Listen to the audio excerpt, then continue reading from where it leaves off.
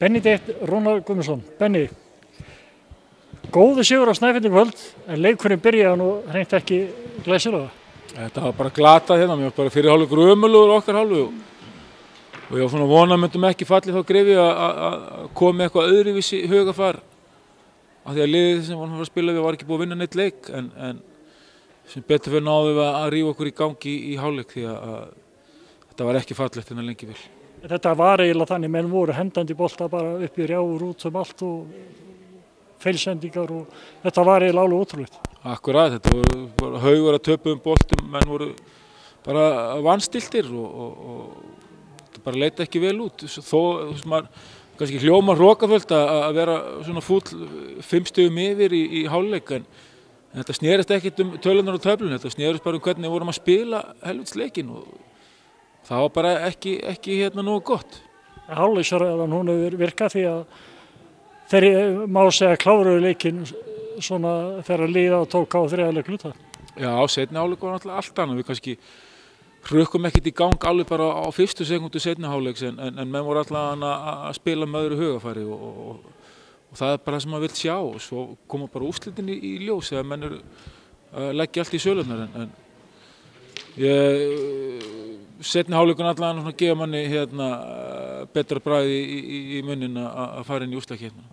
Gaman að sjá menn eins og Sindri Davíð stíga upp af hann með stórleik í kvöld og svo náttúrulega verðum við að geta þess með unglinginn okkar hann Júlíus Orra, 15 ára gamall, sittur 2 stig, stelur bolta, tekur frákast, ég veit ekki hvað, þetta glæsileg innkoma. Já, hann var ekki lengi að komast á blað hérna, ég hef búin að vera inn í nokkra sekúndur þegar hann skora sína fyrstu körfu í meistaralokki og úrvalsdeild og öllu þessu, þannig að ég var ánægður með bekkinn í dag, þeir voru klárir og hugsalega hef ég átti að vera búin að taka hina ræflana miklu fyrr úti, ég var að segja þeim bekknum akkur var ég ekki búin að henda ykkur öllum út af miklu fyrr, en svona án gríns þá þú veist, ef maður bara horfa fram á veginn og við tökum þetta jákvæð úr seinni hálfleiknum, fyrri hálfleikurinn búinn og nú reynum við að stríða KR í framhaldinu. Þeir svöruðu kallinu eins og Arnór með flotta þrist og Einar Ómar, þannig að það voru allir að koma allir sterkir inn. Já, eins og ég segi, bekkurinn var klár og meðan byrjunarliðið var kannski að vanmeta andstæðinginn full lengi og en þetta búið, nú maður bara að hugsa KR og það nóg að hugsa þegar kemur að KR-liðinu. Benni, þú hlýtur að vera sáttur nú með liðið á fyrsta ári í úrvalsdeild, komin í úrslitakeppnina, það var markmið, þú hlýtur að vera sáttur með það. Já, mjög svo, það er alltaf gott þegar maður nær markmiðunum sínum og erum jafnir í 7. til 8. sæti og það heldur svo sem breyta ekkert miklu hvaða sætið en þetta er það sem við bara gáum út fyrir tímabilið, við ætlum bara í úrslitakeppni og ekkert annað og stempla félagið Þór Akureyri meðal þeirra bestu og vonandi verður þetta skemmtileg og góð úrslitakeppni fyrir okkur.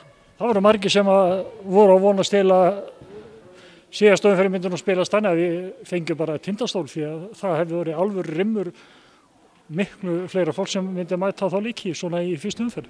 Já, ég vil nú viðurkenna maður svona vona að því að þessi 2 lið voru í öðru og 7. sæti fyrir þessa umferð en þetta móti bara svo skrítið að við töpum í síðustu umferð, förum upp 1 sæti, við vinnum í kvöld, förum niður 1 sæti. Þannig að það var ekki nokkuð leið að spá fyrir í hvaða sæti við myndum enda.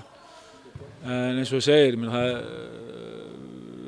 ferðalögin fann að setja vel í liðinu og þreyta, þú veist, þegar maður að mæta í þessar leiki fyrir sunnan. Þannig að við vorum allir að vona, þú veist, ekkert endilega því að þetta var Tindastóll, bara að þurfa að fara ekki í þessu lauku ferðalög og það munar hvort það sé klukkutími á krókinn eða 5 tímar suður, þannig að sérstaklega fyrir menn svona eins og Lúis og svona.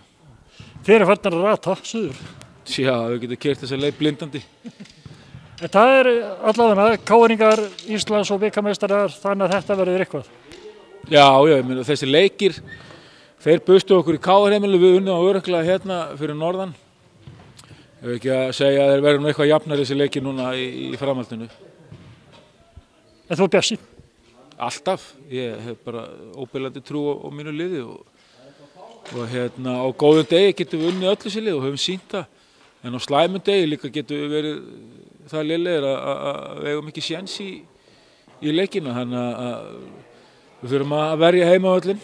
Þá leggjum við úrslitakeppnina og byrjum upp með það að eiga allt bara góðan dag. Já, verja blessaðan heimavöllinn hérna og stela einum í KR-heimilu. Það er svona planið. Guðvöld markmið. Benni, gangi ykkur vel og til hamingju. Takk fyrir það, Balli.